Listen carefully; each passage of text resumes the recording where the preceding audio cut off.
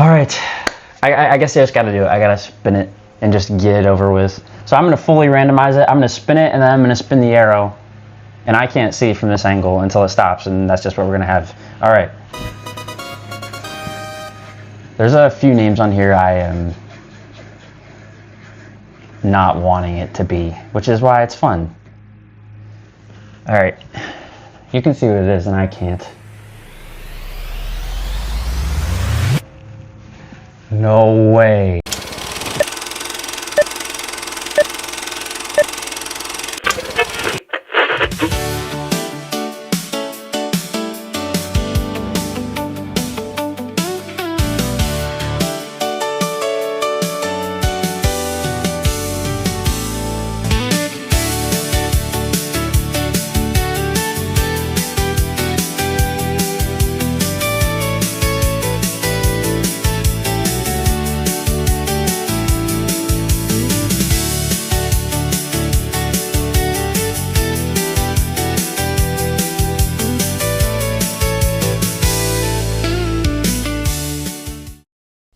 Welcome everybody to the first episode of Think Again.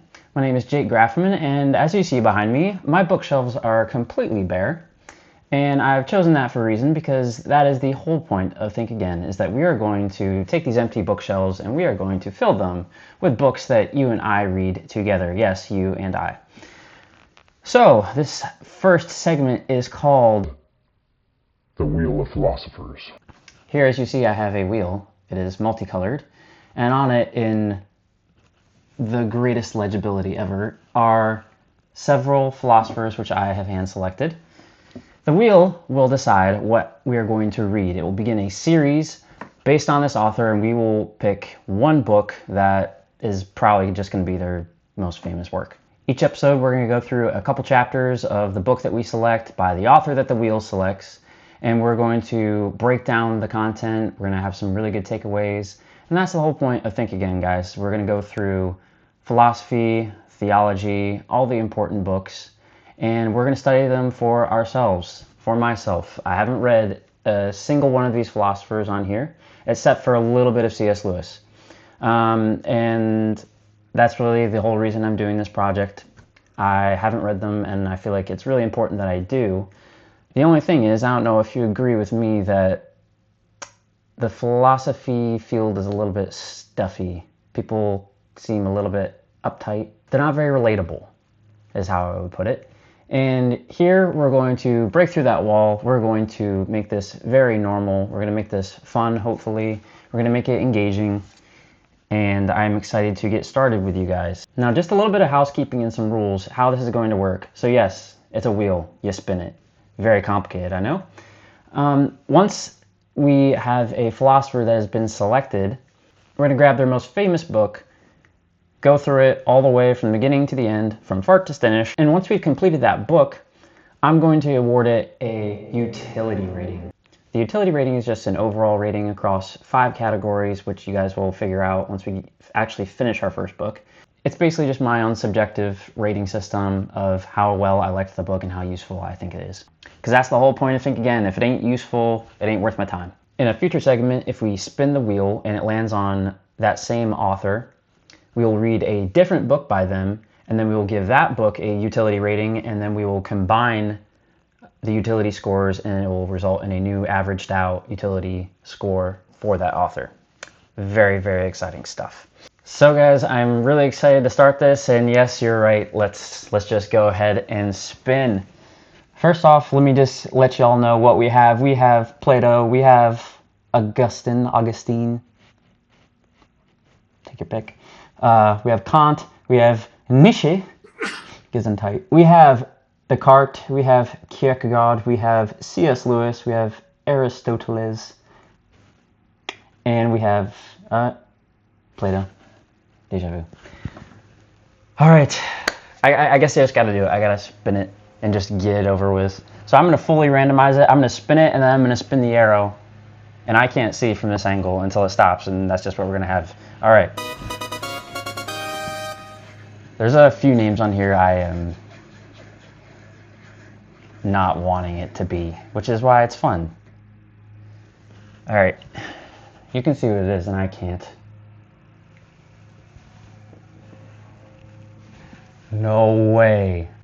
No shot. I was actually wondering if this was going to be him.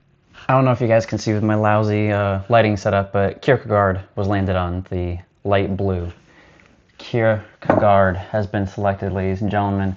We are going to be reading one of Kierkegaard's books for the foreseeable future. It's been done. It's decided. It can't... There's no going back now. Not much clue what to expect. I don't know really anything about this guy. I just know that he's a Christian, was a Christian. Rest in peace. In nomine Patris et Filii et Spiritus Sancti. Let's just get on with it. Stay tuned. Don't go anywhere. Enjoy this relaxing stock elevator music, and I'll be right back.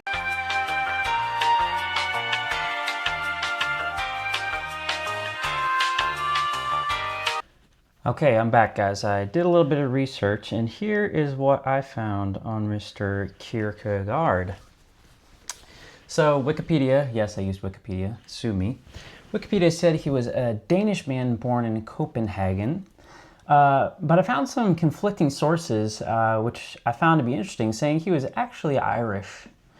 There are some old Irish folk songs that are written to commemorate his life. I took a listen to them. Why don't you take a look?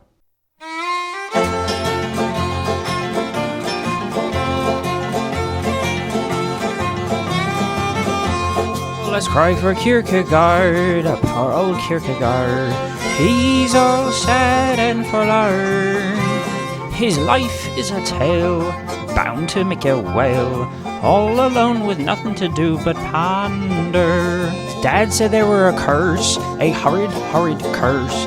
He said God placed it on Soren's father. His father was just a boy who had nothing left to enjoy, so he took to shoot and curse his way up yonder. Where is his wife, Soren's soon-to-be wife? He was all set to up and marry her. He was much too in his own head, his depression lingered about. Regina Olsen went and married another. Where's Kierkegaard, Soren Kierkegaard? That's what his cruel neighbors wondered. They read through the papes that made fun of his ugly face, because he got on the bad side of the editor. Here lies Kierkegaard, done in Kierkegaard. He's dying in a bed at a hospital. He fell out of a tree as a boy, which his spine did not enjoy. He passed at 42 without a lover. I mean, he sounded pretty Irish to me. I mean, his father's name was Michael Pedersen Kierkegaard. I mean, that sounds like a name that comes straight out of the casting list for Wind That Shakes the Barley. I mean, goodness. Did you ever hear the tale of Michael Pedersen Kierkegaard? Aye, isn't his son named Soren? Aye, 'tis. Aye, what about him? Oh, he done cursed God and then he went off and fought in the IRA, I think. I mean, some scholars may say lack of evidence found, but you and I both know. Anyway, speaking of his father, yes, as the old Irish tune says, he did, in fact, curse God when he was a little wee lad. And this was because he was evidently starving at the time. But later he regretted it because he was convinced that God, in turn, cursed him. And this was supported by the sad events of 5 out of his 7 children dying before Michael did. So Kierkegaard lived much of his youth with his dad hanging this over him, this family curse. But as Soren grew up, he went to study theology at the University of Copenhagen. Later in his life, sometime after, Soren fell deeply in love with a girl named Regina Olsen, and they became engaged. However, Soren prolonged their engagement because he essentially was too sad boy, too depresso, couldn't take all the feels that he had, and he basically felt like he was much too much of a wet blanket to be marrying anybody. Well, Sadly, Regine took him up on it, and she left him and married another man. Sad day for poor Soren. Through various series of events, Soren ran his mouth one too many times with the local town paper, the Corsair. The paper, in retaliation, unleashed a devastating smear campaign, making fun of Soren's looks, his voice, and his writings. This was much too much of a cruel attack for Soren, and so he became reclusive and avoided people at all costs. His writings even turned to anxiety subjects, very, very angsty, talking about things like how he felt like people fell way too much into conformity and how news media was much too cruel. At the end of his life, he later died from complications due to a childhood accident with a tree. He fell out of it. Well, that's basically everything you need to know about him. If there's anything else you want to know to fill in the gaps, look it up. Over the course of his life, Kierkegaard is now known as the father of existentialism.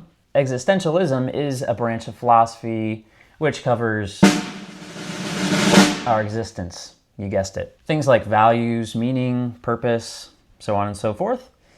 Basically, this guy talked a lot about his feelings. This guy could be in some sort of 2000s band. I can see him now. Goth. I think this guy listened to a lot of Evanescence and My Chemical Romance. But hey, let's see if we can learn something. If he's known as the father of existentialism, he's probably got some good stuff to say, so let's look into it. Well, while I was away, I went and picked up one of the books that is considered to be one of his best. It's called Either Or. So that is the first book we're going to be going through from Mr. Kierkegaard. Either Or. Go pick up a copy of it.